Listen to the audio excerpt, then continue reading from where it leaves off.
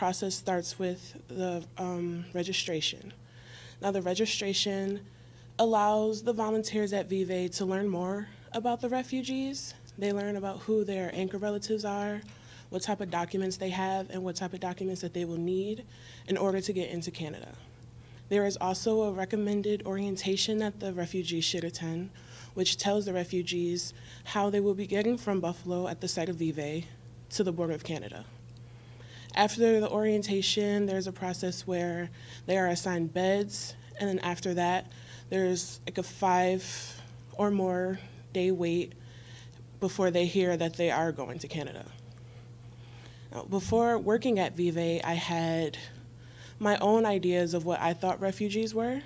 I assumed that most refugees came here from Africa and that they were poor and they would come here by themselves and they would flee straight from their countries and come straight to Vive in order to receive relief from their conditions. But after working at Vive, I've realized that I was completely wrong. Not all refugees come from Africa. We've had people come from Colombia and Bangladesh and Pakistan and Guatemala, and it's been very interesting to see the different cultures. Also, people who come to Vive are not necessarily poor. Some people do have a lot of money and they do come from money, and they make it a point to tell you that. There was one family from Bangladesh, and the mom was trying to go to Canada, and she was a lawyer, but her son was there to translate for her, and he made it a point to tell us that the money was not a problem. There is a $100 fee for the refugees to be able to stay there, and he made a point to tell us that his mom comes from money and it wasn't a big deal for them to be able to stay. Vive ultimately just shined a light on the perceptions that I had. I am very glad that I was able to work at Vive so that I did open my eyes to what I was wrong. It was a very enlightening experience, and I'm happy that I had that chance. My name is Dennis, and I was given the opportunity through the Paralegal program to do a service learning experience with Vive. Vive is an organization that assists refugees in their flight from their home country to their ultimate destination in Canada. I was able to learn a lot of things working with these refugees and working with the people at Vive who needed someone to help them gather information. The first thing I learned was the cultural differences that we have in the Western cultures versus some of the Eastern cultures that were coming through. A prime example of that is it's customary when you introduce yourself to shake hands with the person you're meeting. And when I would introduce myself to a gentleman in the room, he'd be very enthusiastic and shake my hand. And I would turn to his wife, and she would put her head down and thank me. Another thing I learned is, growing up in Western New York, I know English as a language. I've taken Spanish classes and didn't do very well in them. But I was able to see these people coming from relatively poor countries when compared to the United States, speaking multiple languages. A lot of them spoke little or no English, but they still spoke 3 or 4 other languages, and it's just very impressive the differences that we have in this country with an emphasis on English versus elsewhere where you need to know 3 or 4 languages to get along.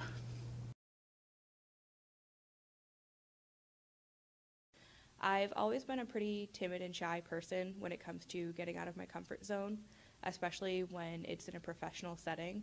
So when the opportunity came for me to put myself out there in that professional setting, I pretty much jumped at the chance. I knew I'd be working with some of my peers who I may or may not have worked with before, so that was new for me. And then putting myself into the position in Journey's End was also really new for me. It was really nerve-wracking, but I knew as long as I kept a level head and I tried, I'd be okay. So outside of just doing the service learning class and going to service learning, when I meet with clients or when I have issues with my supervisor or I'm frustrated, I now have the confidence to do both of those. My placement is at Vive, which is a local shelter and legal office for refugees coming to the United States. I've learned a lot through my experience at Vive. I initially went into it expecting just to do clerical basic tasks a paralegal might do, but seeing as I'm still learning, I expected just to be exposed to a little bit less than what I actually encountered when I started working there. I realized that it's more focusing on immigration law, which is not something I've never really been exposed to, which was actually really cool. And I learned a lot through reading old asylum cases or helping do a little bit of research on basic things that they would need to do, like about country research or country conditions for where the paralegal or the refugee is coming from. So I work with a couple other people. The staff at Vive is great. I work with Peter Moret. He's the supervising attorney. And I also get a chance to work with the refugees, which is something I wasn't comfortable with in the beginning, but it's just a huge eye-opening experience for you, and it's something that not everyone gets to do, and I feel so grateful that I had the opportunity to do so, because just coming from, my background, I feel so sheltered going there because these refugees have been through things that you can't even imagine, and hearing their stories, it's like watching a movie or reading a novel because they have so much to tell you, but you can just see it in their eyes, the pain that they've suffered, and you just want to be there to help them. So giving them hope is just seeing you and having a smile on your face and telling them it's going to be okay and we're here for you and you're going to get through all this. And my placement was at the Volunteer Lawyer Project, which is a non-for-profit office that provides free legal services to low-incoming refugees and other individuals. I've never been put in this type of situation before, a professional setting, and I was slightly worried about how I would handle it with the type of work I would be asked to do and those types of things. But once I got in, my supervising attorney gave me assignments dealing with asylum cases and immigration. I really, really started to enjoy what I was doing. She was very, very passionate about a lot of the cases that she was dealing with, and she kind of just ignited like a fire underneath me to help as much as I could, even with the little training that I had. When I started doing the research, it was very, very difficult sometimes to read some of the cases and read some of the information that I was researching. It was very eye-opening. I've never would have thought that those things happen in different parts of the world, and it makes you really, really fortunate to be able to live in this type of government and country that we live in today.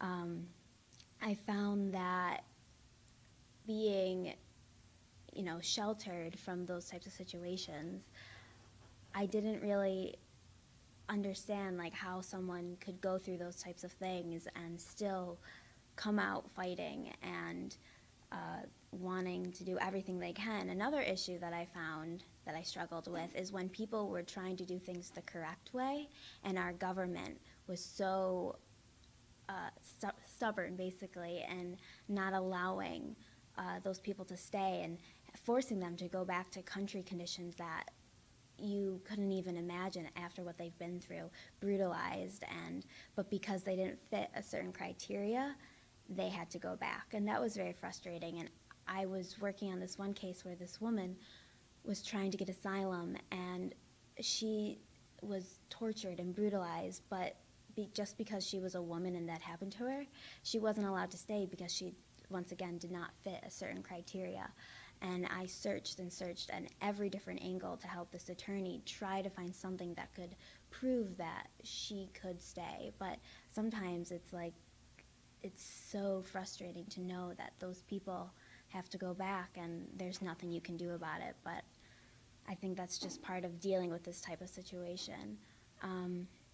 So it was really, but on the other hand, it was really, really rewarding to, deal with people who were coming into this country and working so hard to be able to stay and doing everything legally and correct. And it was very rewarding when they, got the stamp of approval that they could stay. And it was all your hard work, really, it makes you feel good. So.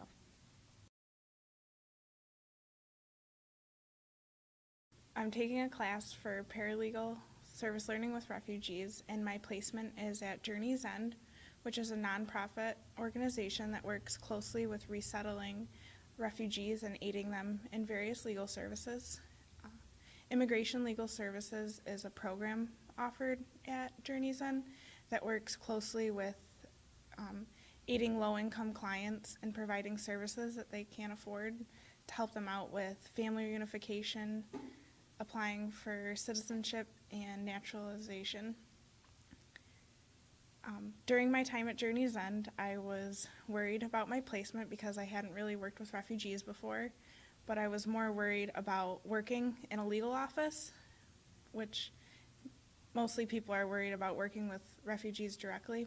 But through my time at Journey's End, I worked mainly on legal research, which gave me a better understanding of how the immigration system works in the country, and I realized how flawed it is, and I didn't understand that before because I thought people just came here illegally, and I didn't really understand the circumstances behind why they came. But through my time at Journey's End, I learned how to be a better professional, which is a huge asset since I'll be graduating soon.